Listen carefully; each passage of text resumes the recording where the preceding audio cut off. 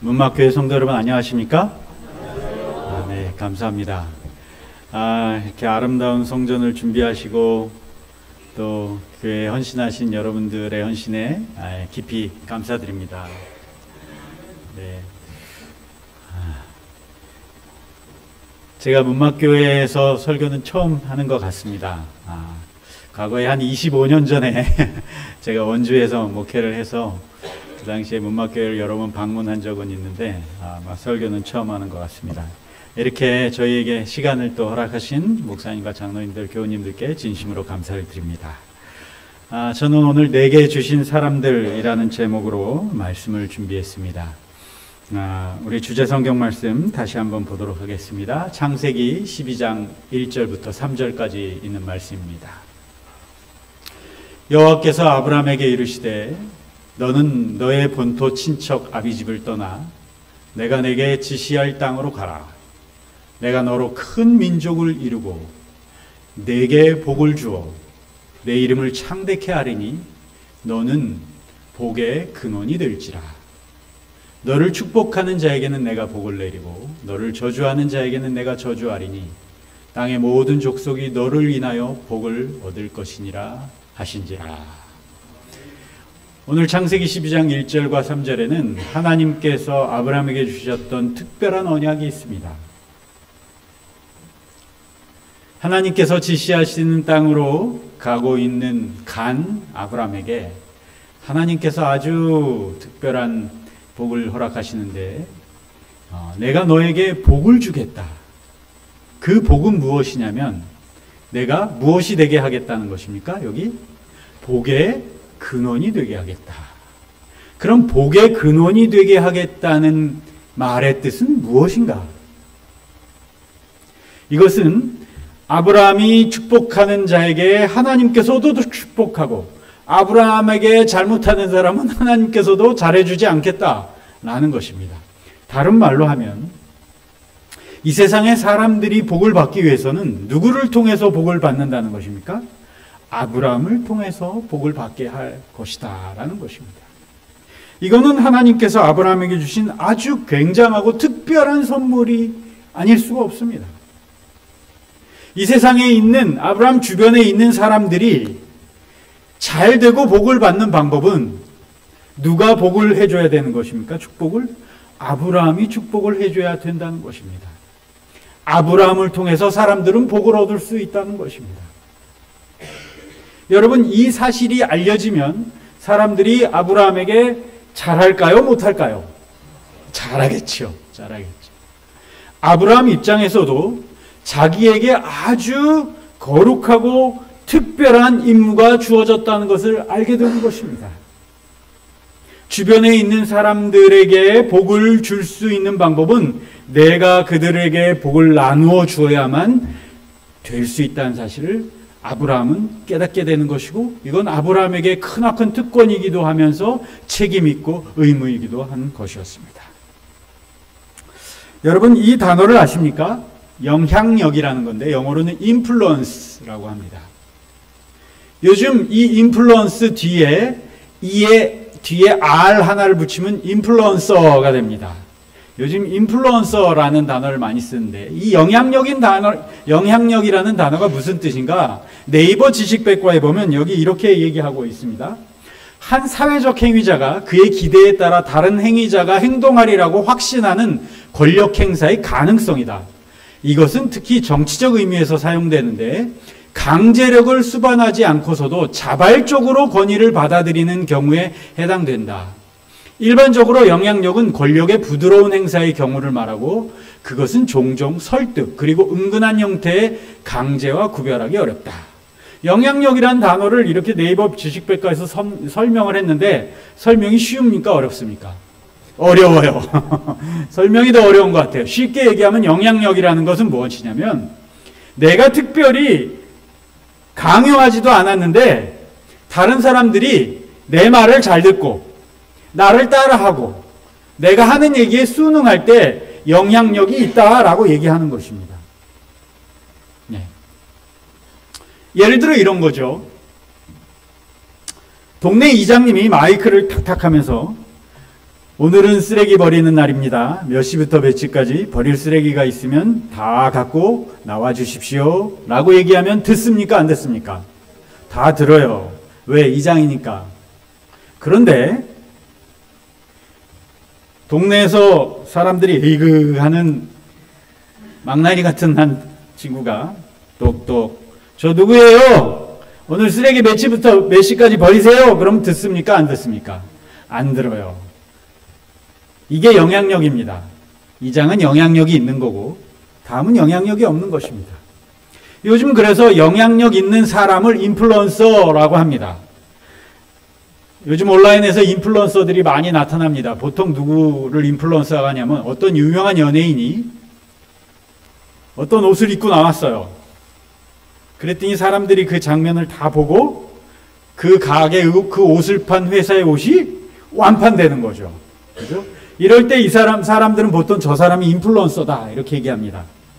어떤 유명한 연예인이 예를 들어 뭐 어떤 화장품을 가지고 화장을 막 하는 게 나왔어요. 그럼 그 화장품 회사가 대박이 나는 거죠. 왜요? 그걸 보고 그 화장품을 다 따라서 사는 겁니다. 그럴 때 그 사람을 뭐라고 하냐면 영향력 있는 사람, 인플루언서라고 얘기하는 것입니다. 여러분은 어떻습니까? 여러분은 영향력 있는 사람입니까? 그렇지 않은 사람입니까?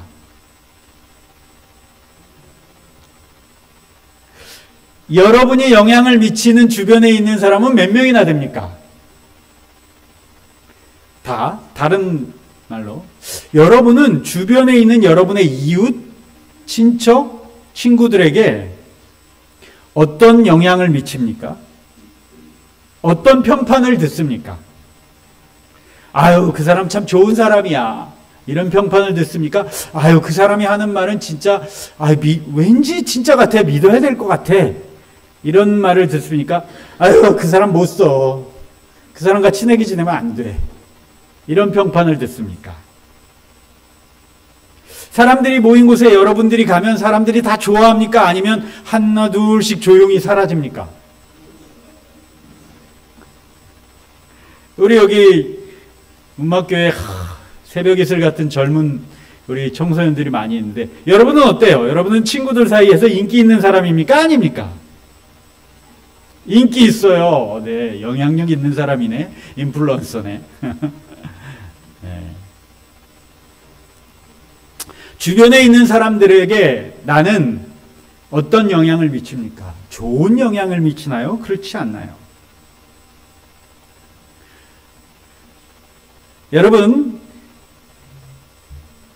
중고등학교 시절에 자녀들이 사고를 쳐가지고 학교에서 선생님이 학교에 좀 오셔야겠습니다 하고 이렇게 탁 부르면 부모님들이 가서 선생님한테 한 소리 쫙 듣은 다음에 부모님들이 하는 공통된 레파토리가 있습니다. 우리 애는 원래 뭐 하는데? 착한 애인데 누구를 잘못 만나서? 친구를 잘못 만나서. 그게 진짜인지 아닌지는 두고 봐야 됩니다. 여러분, 우리는 모두 다 주변 사람에게 영향을 미치는 사람입니다. 근데 이 영향은 좋은 영향도 있고 무슨 영향도 있을까요? 나쁜 영향도 있습니다. 그럼 여러분은 주변에 있는 사람에게 좋은 영향을 미치는 선한 영향력을 가진 사람입니까? 그렇지 않습니까? 중요한 것은 여러분, 하나님께서는 이 세상 사람들이 다 하나님을 알게 하기 위해서 천사를 사용하지 아니하시고 여러분을 사용하신다는 사실입니다. 그러면 여러분, 우리는 하나님을 전하기 위해서 선한 영향력을 미치는 사람이 되어야 한다는 것입니다. 왜냐하면 우리는 하나님의 축복의 통로이기 때문에 그렇습니다. 우리는 이 세상 주변 사람들에게 선한 영향력을 끼치는 사람이 되어야 되고 하나님께서는 우리에게 그것을 기대하신다는 사실을 여러분이 잊지 마시길 바랍니다. 그래서 우리는 여러분 주변 사람들에게 좋은 영향을 미치는, 좋은 말을 듣게 하는 그러한 사람들이 되시길 간절히 바랍니다. 그래서 대총회에서는 몇 년 전부터 특별한 운동을 시작했습니다. 그 특별한 운동은 무엇이냐면 이것입니다. 여러분 다 들어보셨죠? 이게 뭔지. TMI. 네, 여러분 이 TMI가 영어로 하니까 우리가 익숙치는 않은데 어쨌든 TMI 운동입니다. 이 영어로 Total Member Involvement인데 우리나라 말로 뭐냐면 모두 참여 함께 나눔이라는 것입니다. 이것은 뭐냐면 우리 제7일 안식일 예수 재림교회 구성원 모두가 입으로만 하나님을 전하는 게 아니라 우리의 삶을 통해서 하나님의 말씀을 좀 전해보자. 사람들에게 다가가서 이웃과 접촉하면서 좋은 관계를 맺고 그렇게 함으로써 기회를 찾아 하나님의 선한 성품을 나타내는 사람이 되자라는 것입니다. 이 TMI 운동은 그래서 뭐냐면 좋은 이웃이 되자는 운동입니다. 한마디로 선한 영향력을 끼치는 사람이 되면 좋겠다. 이게 TMI 운동이에요. 그래서 여러분 알고 계신지 모르지만 교과책에 보면 첫머림에 이번 주 TMI 이렇게 써 있는 거 발견하셨습니까? 이번 주는 뭐든가요? 눈여겨보셨습니까? 이번 주에 뭐라고 나와 있냐면 이렇게 나와 있습니다. 아픈 이웃과 동료들을 위해서 음식을 만들어서 전달해 줍시다. 이게 첫 번째고 두 번째 아주 재미있는 게 나타났어요. 끼어드는 차량에게 양보합시다. 이거 쉽지 않죠. 세 번째, 눈이 많이 왔을 때 이웃을 위해 골목길에 눈을 다 치웁시다. 여러분 이거 어려운 일이에요? 쉬운 일이에요? 여러분 이거 어려운 일이에요? 쉬운 일이에요? 이거 어렵지 않잖아요. 물론 1번 음식을 대접하는 건 조금 어려울 수도 있는데 차량이 앞에 끼어들 때 그래 넣어줘야지. 이거 어려운 일이에요? 쉬운 일이에요? 쉬운 일이에요. 눈이 막 올 때 눈 좀 치워야지. 이게 천만금이 듭니까? 뭐 합니까? 쉬운 일이에요.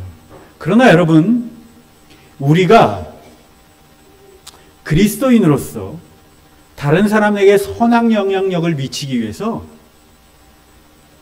우리가 할 수 있는 작은 하나의 행동을 해보자. 이게 TMI 운동이에요. 여러분 그러면 TMI가 어려운 거 아니죠? 그죠? 네. 이게 TMI고요. 또 하나의 운동은 뭐냐면 이쪽에 있는 가마력 센터 운동입니다. The Center of Influence. 좋은 선한 가마를 끼치는 센터가 되자. 어디가? 그렇죠. 어디가? 교회가. 이 교회가 이 문막 지역사회의 사람들이 필요로 하는 장소가 되자라는 것입니다.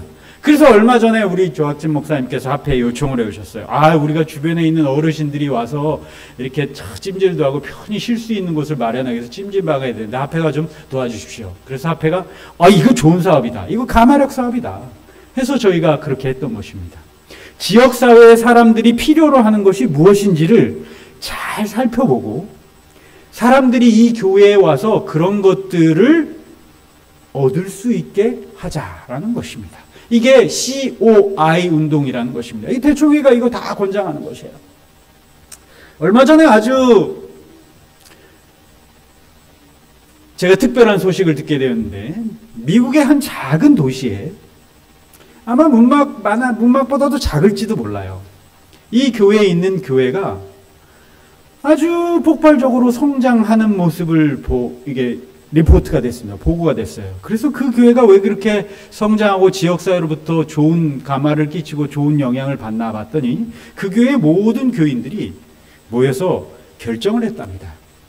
우리 교회는 이 작은 지역사회에서 지역 주민들이 필요로 하는 것을 제공하는 교회가 되자라고 결심을 했는데 쭉 알아봤더니 거기는 너무나 작은 지역사회라서 그 지역 주민들이 모여서 회의도 하고 뭐 이렇게 아이들 공연도 하게 하고 뭐 모여서 회의는 하는 장소, 그럼 사람들이 모여서 사랑방 같은 공간이 너무 없는 거예요.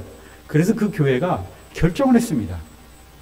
우리 교회가 그것을 완전히 다 개방해서 지역 주민들이 와서 뭐 경로잔치도 하고, 지역 주민들이 와서 뭐 이렇게 무슨 발표하면 하기도 하고, 또는 지역사회가 모여서 뭐 부녀회가 회의하고 싶으면 회의장도 빌려주고 이렇게 하자, 이렇게 해서 그걸 다 했어요.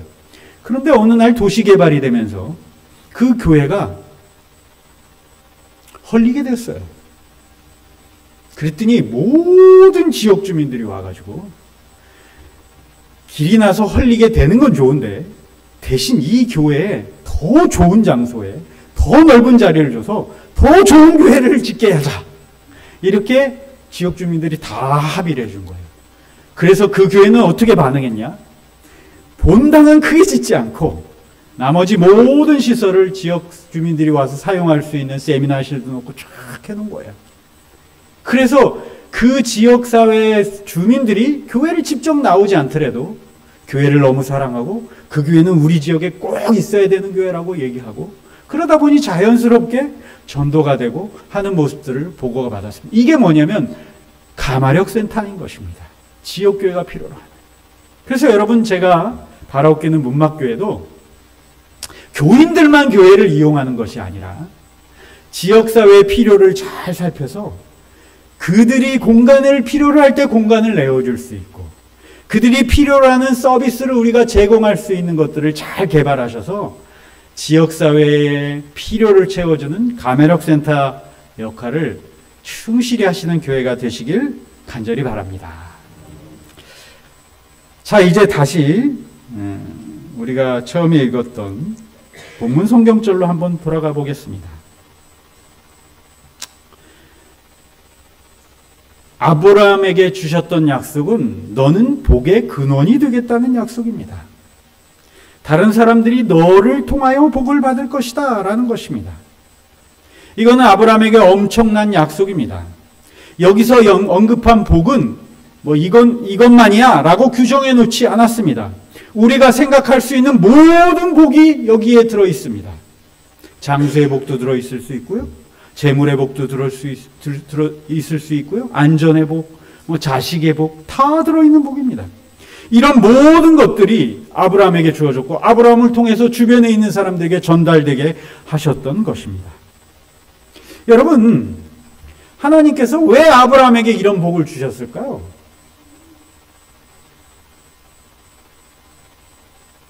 그런데 여러분, 하나님께서 이 복을 아브라함한테만 주신 것일까요? 사실 여러분, 하나님께서 의도하신 복은 조금 다릅니다. 여기 창세기 1장 28절과 5장 2절에 보면 하나님이 그들에게 복을 주시며 그들에게 이르시되 생육하고 번성하여 땅에 충만하라, 땅을 정복하라, 바다의 고기와 공중의 새와 땅에 움직이는 모든 생물을 다스리라 하시니라 라고 말씀하셨고, 5장 2절에는 남자와 여자를 창조하시고 그들이 창조되던 날에 하나님이 그들에게 복을 주셨다라고 얘기하고 있습니다. 여러분, 여기서 창세기 1장 28절에 하나님이 복을 주신 그들, 남자와 여자가 누굽니까? 여기 그들이 누굽니까? 아담과 하와. 아담과 하와가 누굽니까? 최초에 만드신 첫 번째 사람. 이 얘기는 잘 보면 하나님께서 복을 누구에게 주시기로 작정하신 것 같아요? 사람에게. 그죠? 왜냐하면 바다와 공중의 새와 땅에 움직이는 모든 생물에게 복을 주신 게 아니라 그 모든 생물이 누구를 통하여 복을 받게 하냐면 사람을 통해서. 하나님께서 원래 계획하신 것은 이 땅에 살고 있는 모든 인류에게 다 복을 주시긴 것이 하나님의 원래의 목적이셨어요.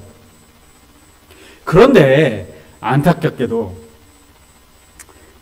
아담과 하와가 하나님을 거절하는 사건이 벌어지죠. 그래서 하나님을 거절하자 하나님이 원래 주시고자 하시는 복을 인간에게 줄 수가 없게 되었어요. 그래서 이제부터는 누구를 통해서만 복이 주어지냐면 하나님을 기억하고 하나님을 섬기기로 결심하고 하나님께 그들의 모든 인생을 바치고 하나님을 바라보는 사람들에게만 복이 주어지게 된 것입니다. 그래서 아담과 하와 이후에 하나님을 거절한 가인은 복을 받지 못했고, 셋, 그 이후에 계보를 따라서 몇몇 사람들이 복을 받게 된 것이에요. 그런데 여러분 생각해 보십시오. 이 세상에 선한 영향력이 더 클 것 같아요? 악한 영향력이 더 클 것 같아요? 어떻게 알아요? 착한 사람이 많은 것 같아요? 못된 사람이 많은 것 같아요? 이렇게 하면 답하기가 좀 힘들죠. 그런데 여러분 생각해 보십시오. 노아 홍수가 나기 전에 세상이 악한 사람이 많았던 것 같아요? 착한 사람이 많았던 것 같아요? 잘 모르시겠어요? 그렇죠. 당연하죠. 왜요? 노아 홍수 당시에 착한 사람은 몇 명밖에 없었어요. 네? 8명. 사실은 8명 아니에요. 성경에 보면 몇 명? 한번 볼까요? 성경에 뭐라고 얘기하나? 하나님이 노아와 그 아들들에게 복을 주시며 그들에게 이르시되 생육하고 번성하여 땅에 충만하라 얘기했고, 여러분 성경에 찾아보면 노아는 당대의 의인이었더라라고 얘기합니다. 사실은 그 당시에 찾아볼 수 있는 의인이 거의 없었어요. 그래서 노아와 그의 아들, 며느리들은 노아 덕분에 방주에 탄 거예요. 학자들에 의하면 노아 홍수 당시에 세계의 인구가 적게 잡으면 몇십억, 많게 잡으면 몇백억이었다고 계산합니다. 왜냐하면 1000살씩 사는데 아이를 1명, 2명 낳는 게 아니라 몇백 년 낳으니까 기하급수적으로 늘었고, 노아 홍수 이전에는 지금보다도 육지의 면적이, 지금은 지구의 육지의 면적은 30%밖에 안 돼요. 그 당시에는 아마 훨씬 더 많은 면적이 육지였을 것으로 예상합니다. 그래서 훨씬 많은 인구가 있었어요. 그런 걸 보면, 그 사람들이 다 죽은 걸 보면 악한 영향력이 있어요? 선한 영향력이 있어요? 악한 영향력이 있어요. 그런 의미에서 보면 여러분, 노아 홍수 이후에 하나님께서 수명을 급격히 단축시키셨어요. 1000살씩 사다가 100살 정도밖에 못 살잖아요. 물론 여러 가지 영향이 있어요. 환경적 영향도 있고 음식의 영향도 있고 여러 영향이 있지만, 저는 하나님께서 이 세상이 악한 영향력으로 더 물들지 않게 하기 위해서 인간의 수명을 적절히 조정하셨다고 생각해요. 여러분, 나쁜 사람이 머리도 좋은데 1000년 동안 산다고 생각해 보세요. 얼마나 나쁜 일을 많이 하겠어요. 그러니까 몇 살 정도 살다 죽는 게 좋아요? 네, 한 100살 정도 살다 죽는 게 다른 사람들에게 악한 영향을 덜 끼치는 거예요. 그러니까 이것도 하나님께서 우리를 위해서 섭리하신 거예요. 그래서 저는 인간의 수명도 이렇게 줄어들었다고 생각합니다. 하나님께서 노아의 이후에 하나님을 섬기는 사람들을 선택하셔서 그들에게 복을 주셨어요. 노아, 그의 아들 셈, 그 다음에 쭉 내려와서 이렇게 나오죠? 그 다음에 노아의 10대 후손 중에 누구를 발견하셨냐면 아브라함을 발견하신 거예요. 그리고 우리가 주제성경의 말씀에 읽었던 아브라함을 만나서 얘기하신 것입니다. 야, 세상에 나를 기억하는 사람이 정말 없다. 근데 내가 원래는 이 세상에 사람들이 정말 없다. 근데 내가 네, 예, 감사합니다. 원래는 복을 주기를 원했는데 세상 사람들이 나를 기억하지 않니, 세상에 복을 줄 방법이 없는데 네가 나를 기억하니 너를 통해서 내가 세상에 복을 주겠다. 아브라함, 그 이후에는 이삭, 야곱, 요셉, 이스라엘의 12아들들, 이스라엘 지파, 구약시대에 있었던 수많은 선지자들, 다윗왕 쭉 내려가서 복의 기관, 복의 근원들을 삼으셨어요. 그러다가 2000년 전에 복의 근원으로서 누가 오셨어요? 예수님께서 오셨어요. 그리고 그 복의 근원의 역할을 누가 이어받았냐면 초대교회가 이어받았습니다. 여러분, 그러면 오늘날 복의 근원은 누굽니까? 이 계보를 이어받은 사람은 누굽니까? 오늘날 이 세상에 복을 나누어 줄 하나님께서 약속한 사람은 누굽니까? 성경을 한번 볼까요? 이게 누구라고 얘기하는지. 갈라디아서 3장 29절 함께 읽어봅시다. 좀 작은 것이지만 시작. 너희가 그리스도께 속한 자면 곧 아브라함의 자손이요 약속대로 유업을 이을 자니라.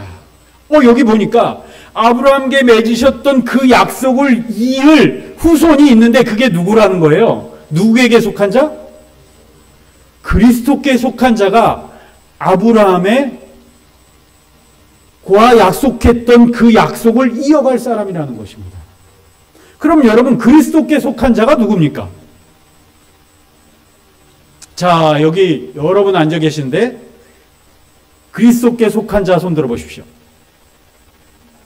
아유, 문막교회는 훌륭하십니다. 예. 여러분 그리스도께 속했습니까? 네, 여러분 예수 그리스도를 개인의 구주로 받아서 다 침례 받으셨잖아요. 그렇죠? 그러면 우리는 그리스도께 속한 자입니다. 그 얘기는 무슨 얘기냐면 하나님께서 약속하셨던, 아브라함과 약속하셨던 이거, 내가 너로 복을 주어 너로 복의 근원이 되겠다는 이 약속이 오늘날 누구와 한 약속이라는 것입니까? 우리가 압니다. 누구와 하신 약속이에요? 나와 하신 약속이라는 것입니다. 여러분 따라 해보십시오. 나는, 크게 하셔야 돼요. 나는 복의 근원이다. 그렇게 믿으십니까? 네. 여러분은 보통 사람이 아니에요. 하나님께서 여러분의 주변에 있는 사람들에게 하나님이 주시고 싶은 복을 주기 위해서 여러분을 선택하신 것입니다. 여러분은 복의 근원이에요. 자, 그럼 제가 질문하겠습니다. 여러분이 복의 근원이 될 수 있도록 여러분에게 복을 나누어 준 사람은 누굽니까?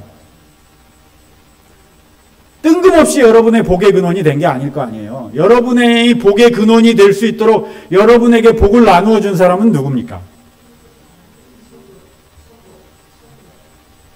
여러분에게 복을 나누어 주신 분은 누구예요? 자, 나면서부터 교인이지 않고 중간에 교인된 분 손 들어보십시오.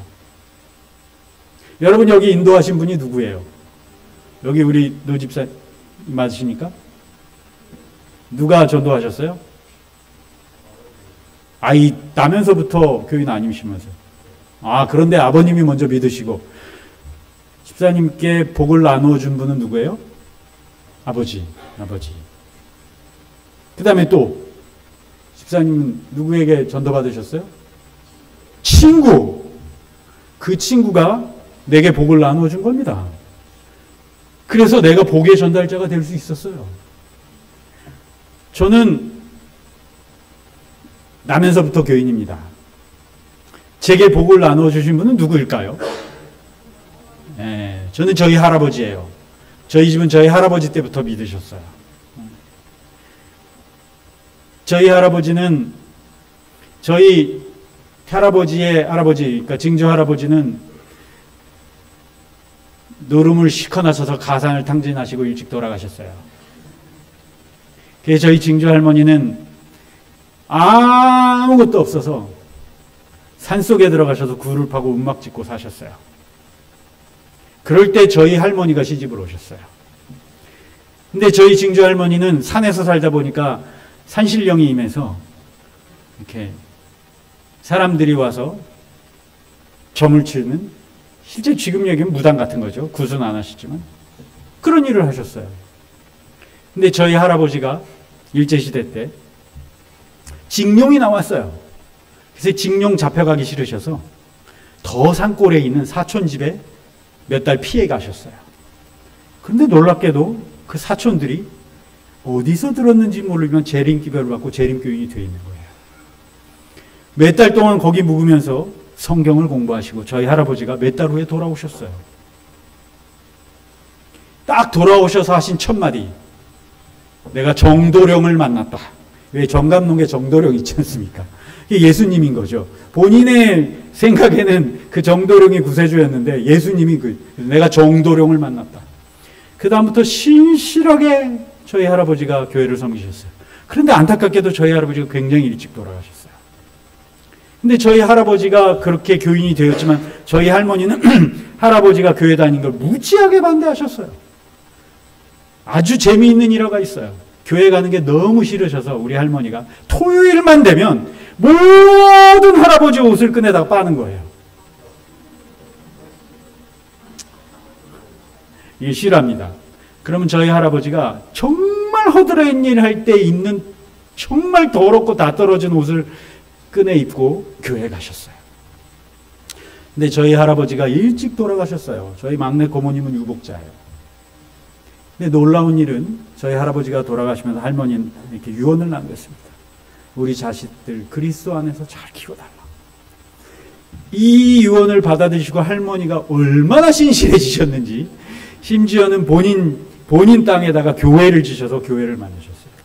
그 덕분으로 우리 할아버지 이후에 모든 선지 한 60명 지금 70명 가까이 되는데 다 교회 안에 있습니다. 네. 그 중에는 목사가 뭐 5도 있고요, 뭐 의사도 있고 학생 교수도 있고 교장 선생으로 은퇴하신 분들도 있고. 여러분 제게 있어서 이 복을 나누어 주신 분은 저희 할아버지예요. 여러분에게 복을 나누어 주신 분은 누군지 잘 생각해 보십시오. 그럼 여기서 다음 질문 드리겠습니다. 여러분이 복을 나누어 준 사람은 누굽니까? 여러분은 누구에게 복을 나누어 주셨습니까? 내가 복을 받아서 이 자리에 와서 앉아 있는 건 알겠는데 여러분은 누구에게 복을 나누어 주셨습니까? 나누어 주어야겠죠? 내가 받았으니.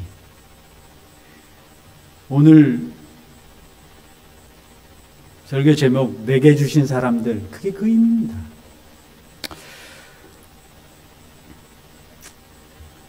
성경 사도행전 27장 21절부터 26절에는 재미있는 한 가지 이야기가 등장합니다. 제가 시간이 없으니까 다 읽지 않고 그냥 이야기를 하겠습니다. 유명한 사도 바울 아시죠? 사도 바울이 예루살렘에서 잡혔습니다.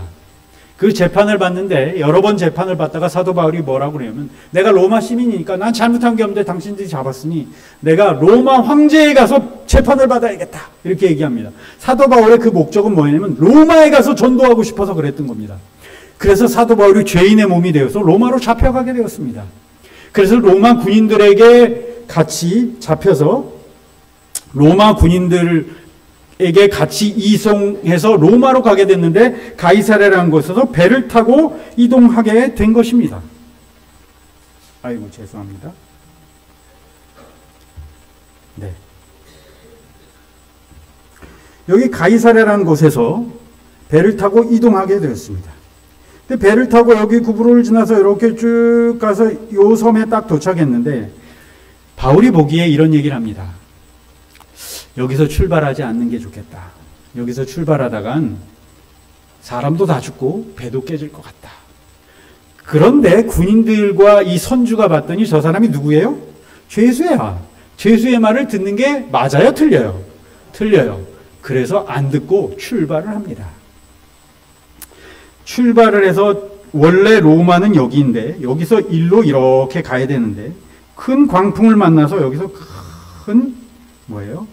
고초를 겪게 됩니다. 그래서 다 죽게 생겼어요. 그때 바울이 이렇게 기도합니다. 하나님, 제가 로마에 가서 전도해야겠습니다. 배가 풍랑을 만나서 다 죽게 생겼습니다. 그런데 하나님, 이 배에 탄 사람들이 무슨 죄입니까? 이 사람들 다 살려주십시오. 그리고 저도 로마 가서 전도하게 해주십시오. 그랬더니 하나님께서 그때 이렇게 말씀하십니다. 바울아, 두려워 말라.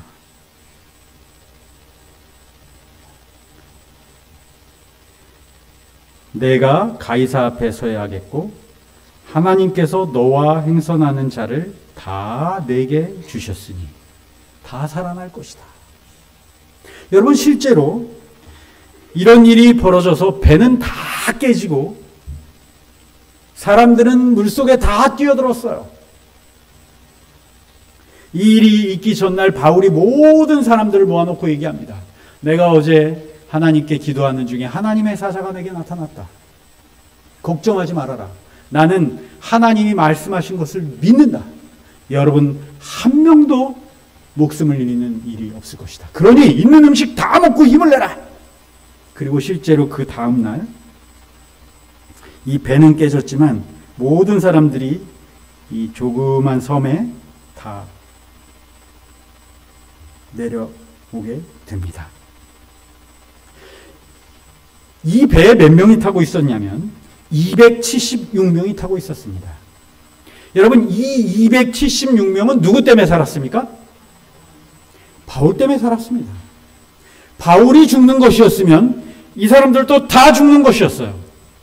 근데 바울이 살았기 때문에 이 사람도 다 산 겁니다. 하나님이 말씀하셨어요. 여기에 탄 276명 모두를 내가 너한테 맡긴다. 네가 믿음 위에 굳게 서고 이 사람들을 위해 간절히 기도했기 때문에 내가 너도 살리고 이 사람도 살려주겠다. 이게 바울의 약속이었어요. 그러면 바울은 어떻게 해서 이런 약속을 받을 수 있었는가? 첫 번째, 그는 믿음 위에 굳게 선 사람이었다는 것입니다. 여러분, 안심하라. 나는 내게 말씀하신 그대로 되리라고 하나님을 믿노라. 첫 번째는 바울은 믿음 위에 굳게 선 사람이었기 때문에 다른 사람들을 살릴 수 있다는 것입니다. 두 번째로 바울은 자기만 살기 위해서 노력한 것이 아니라 거기 있는 모든 사람들을 위해서 간절히 기도한 것입니다. 하나님이 그것을 기쁘게 보신 거예요. 다른 사람들의 구원을 위해서, 다른 사람들의 생명을 위해서 기도하는 바울의 외침에 하나님께서 응답하셨고 그들을 살려주셨다는 것입니다. 바울이 살아야 이들도 사는 것입니다. 다른 말로 하면 여러분이 살아야 여러분 주변에 있는 사람들이 사는 것입니다. 하나님께서 여러분 주변에 많은 사람들을 맡겨놓으셨어요. 그들에게 복을 나누어주라고 얘기하고 있습니다. 내가 복을 받았는데 그 복을 나만 갖고 있었다면 그건 복의 근원이 되지 않습니다. 복의 전달자가 되지 않습니다. 아브라함이 자기가 받은 것을 자기만 갖고 있었다면 그는 복의 근원, 복의 전달자가 될 수 없었을 거예요. 만약에 이스라엘 백성들이 과거에 복의 전달자의 역할을 했던 사람들이 받은 복을 자기만 가지고 가만히 있었다면 이 시간 오늘날 여러분은 이 자리에 앉아 있을 수 없었어요. 그들이 받은 복을 나누어 주었기 때문에 그렇게 될 수 있었다는 것입니다. 그리고 다른 사람들을 구원을 위해서 그들이 노력하고 복을 나누어 주었다는 것입니다. 여기 교회중원 4권 319페이지 20페이지에는 아주 재미있는 이야기가 있습니다. 제가 빨리 읽어보겠습니다. 나는 어떤 추운 겨울날 눈이 많이 쌓인 산길을 가고 있던 한 사람에 대한 이야기를 읽었다. 그는 추위로 인하여 몸의 감각을 잃고 자기도 모르는 사이에 활력이 점점 줄어들고 있었다. 그가 혹심한 추위로 인하여 거의 얼어 죽게 되어 생명을 포기하려고 할 무렵 어떤 여행자의 신음소리를 듣고 가보니 그도 자기처럼 추위로 거의 죽어가고 있었다. 그때 그는 그 사람을 살려줘야겠다는 마음이 생겼다. 그는 얼어붙은 그 불쌍한 사람의 사지를 문지르기 시작했다. 한참 동안 그렇게 한 후 그를 일으켜 세웠지만 그가 일어나지 못함으로 자기 혼자서도 지나가기 어려운 눈길인데도 그를 업고 갔다.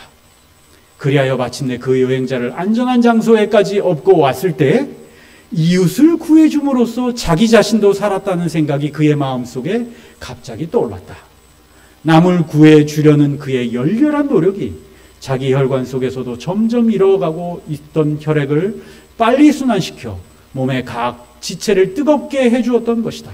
이러한 교훈은 말로만 아니라 모본으로 젊은 신자들에게 계속 가르쳐 줌으로써 그리스도인 경험에 있어서도 같은 결과를 가져다 준다는 것을 인식시켜 주어야 한다. 여러분, 여기 이 사람의 경험이 우리에게 귀중한 교훈을 줍니다. 다른 사람을 위한 마음이 나도 살리고 이 사람도 살린다는 것입니다. 하나님께서 여러분을 그리스도 안에 속한 자로 부르시고 복의 전달자로 삼으신 이유는 나만 복받기 위해서가 아니라 다른 사람들에게 복을 나누어 줄 때 그 복이 배가 되고 그 복이 나의 복도 되고 내가 살아남을 수 있기 때문에 그렇다는 것입니다. 시간이 좀 갔지만 제가 재밌는 이야기를. 이건 저의 얘기입니다. 제가 30년도 넘었네요. 한 30몇 년, 한참 전이죠. 한 33년 전입니다. 군대에 갔습니다. 훈련소에 들어갔어요. 훈련소 첫날 지내고 둘째 날 아침에 일찌감치 조교들이 나눠준 총을 들고 다 밖으로 나오라는 것입니다. 나왔어요. 뭐 하는가 모르고 했더니 논산훈련소 전체를 한 바퀴 구보로 뛰는 거를 한답니다. 여러분, 그런 거 한 번도 안 했던 이 군인들이 첫날 가고 하니 그게 쉽겠습니까? 너무 저도 막 이렇게 잘 맞지도 않는 군화를 신고 이걸 들고 이렇게 뛰기 시작하는데 얼마나 힘들지 몰라요. 처음에는 이 총이 무겁지 않게 느껴지다. 얼마나 무거운지 모르겠어요. 가다 막 포기하고 싶은 마음이 막 일어납니다. 근데 제 옆에서 자고 일어난 내 옆에 전우를 봤더니 얘는 금방 쓰러지게 생겼어요. 진짜 쓰러질 것 같아요. 뭐 왔다 갔다 거려요. 야, 이걸 어떻게 해야 되나. 저도 힘들어 죽겠는데 제가 무슨 생각이 났는지 모르겠지만 이 옆에 있던 친구에게 네 총 내가 지겠다. 이렇게 받았습니다. 같이 뛰는 거예요. 그리고 힘내라 하면서 뛰는데 여러분, 이상한 일이 벌어졌어요. 그렇게 무겁게 느껴졌던 총이 무겁지 않은 거예요. 이거 무겁다고 내가 쓰러지면 창피하잖아요. 그렇죠? 결국은 같이 다 뛸 수 있었어요. 여러분, 남을 생각하는 마음, 다른 사람들에게 선한 영향력을 끼치고 다른 사람들에게 복을 나누어 줄 때만이 우린 참된 복의 근원이 될 수 있다는 것입니다. 오늘 시간이 좀 많이 갔지만 제가 영상을 하나 좀 보여드릴 마음이 있습니다. 다음 소식입니다. 이른바 황금팔을 가진 사나이가 지난 12일 은퇴했습니다. 야구선수 이야기가 아닙니다. 무려 1173번의 헌혈을 한 헌혈왕 제임스 해리슨 씨의 이야기인데요. 해리슨 씨는 어린 시절 폐를 제거하는 큰 수술을 받았습니다. 무려 18리터나 되는 수혈을 받았는데요. 이후 세상에 진 은혜를 반드시 갚겠다고 결심했고 성인이 된 후 꾸준히 헌혈을 하던 중 자신의 혈액 속에 임신 중에 태아의 목숨을 앗아가는 RH병을 치료할 수 있는 항체가 있다는 걸 알게 됩니다. 해리슨 씨는 이후 매달 2번 이상 헌혈해서 이 병을 가진 산모들에게 투여할 백신 개발을 도왔습니다. 그리고 그 결과 240만 명의 아이들이 무사히 태어날 수 있었습니다. 기네스북에 오른 건 덤입니다. I've saved a lot of lives. I've got a lot of new kids into the world, so yeah, it makes you feel good in that respect. Yeah, well, increase the population is only new, I think. There's not many people. 호주는 법률상 81세까지만 헌혈을 할 수 있는데요. 해리슨 씨의 마지막 헌혈에는 도움을 받은 아이와 부모들이 찾아와 감사의 인사를 전했습니다. 해리슨 씨는 누군가 내 기네스 기록을 깨고 더 많은 생명을 살렸으면 좋겠다고 은퇴 소감을 밝혔는데요. 바로 진정한 슈퍼히어로다, 이런 찬사를 받고 있습니다. 네, 이 제임스 해리슨이라는 할아버지의 이야기인데 잠깐 언급 나왔죠. 이 할아버지는 14살 때 큰 사고로 폐를 많이 다칩니다. 그래서 폐 수술을 하는데 피를 너무 많이 흘려갖고 피를 수혈을 했는데 자그마치 13리터의 피를 수혈을 합니다. 이렇게 수혈을 해서 가까스로 살아납니다. 근데 이 할아버지가 생각을 합니다. 그땐 소년이었죠. 내가 수많은 사람들의 피를 수혈받아 이렇게 살아났으니 나도 내 피를 나누어줘야겠다. 이런 결심을 합니다. 그리고 피를 헌혈할 수 있는 법정 연령이 된 18살이 되자 헌혈을 시작해요. 근데 그의 피에서 의사들이 그의 피를 검사하다 보니까 아주 특별한 피라는 것을 발견했어요. 아마도 너무 많은 사람들의 피가 섞이다 보니 그런 게 생긴 것 같아요. 뭐냐면 엄마와 뱃속에 있는 태아의 혈액형이 맞지 않아서 이 태아가 사산되는 병입니다. 이 레소스 병이라는 건데 RH- 혈액을 가진 사람과 플러스 있는 아기에 있을 때 하는데, 우리나라에는 이게 거의 잘 있지 않고 우리나라도 기형아 출산이 이래서 많이 나오는 경우가 있는데, 호주에는 여러분 태아의 17%가 이걸로 죽었습니다. 굉장히 많은 숫자가 죽는 것이죠. 100명 태어나면 17명이 이 병으로 죽는 거예요. 그런데 이 병을 치료할 수 있는 항체가 이 사람의 피에 있다는 것을 의사들이 발견한 거예요. 그래서 이 사람의 피를 가지고 혈청을 만들어 이거를 치료할 수 있는 백신을 만들어서 이 이후에 태어나는 전 세계에 있는 사람들이 죽지 않고 아기들이 살아나는 것인데, 몇 명이 살았다고? 240명이 아니라 240만 명의 태아가 건강하게 태어날 수 있었다는 것입니다.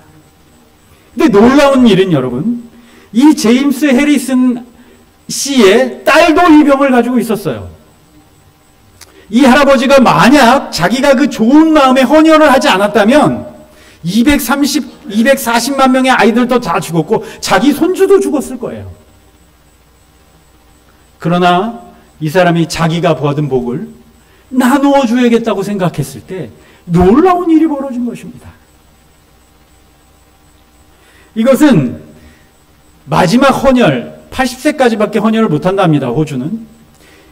이 마지막 헌혈 때 이 할아버지로 인해서 건강하게 태어날 수 있었던 아이들이 와서 축하해 주면서 마지막 헌혈을 하는 장면이 여기 보여지고 있습니다. 240몇 명의 아이들이 살아났습니다. 그가 자기가 받은 복을 나누어 주자 이런 일들이 벌어질 것입니다. 사랑하는 여러분, 우리도 하나님께서 특별한 복을 나누어 주셨습니다. 그리고 이 세상에 선한 영향력을 끼치는 사람이 되기를 원하고 계십니다.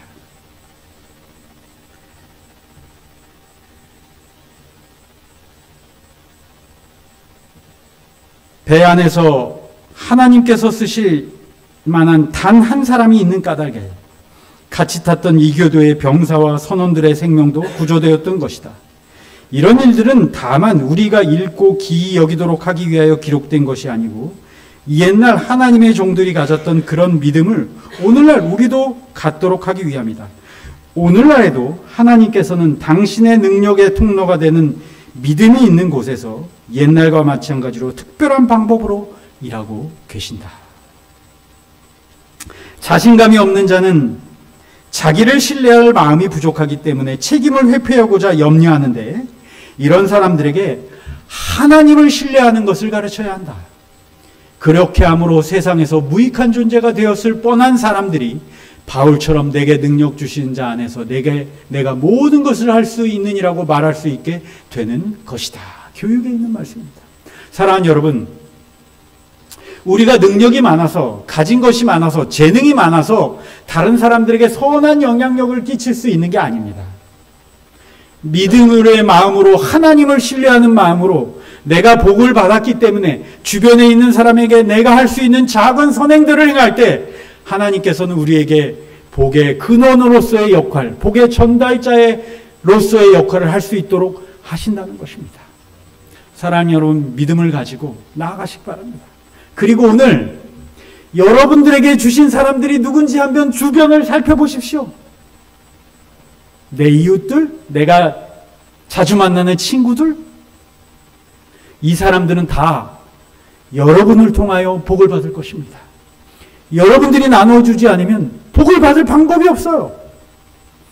여러분들에게 맡기신, 내게 주신 사람들이 누군지 다 살펴보시고 여러분들의 받은 복을 나누어 주시는 복의 근원이 되시는 여러분들과 제가 되기를 간절히 바라면서 말씀을 마치겠습니다.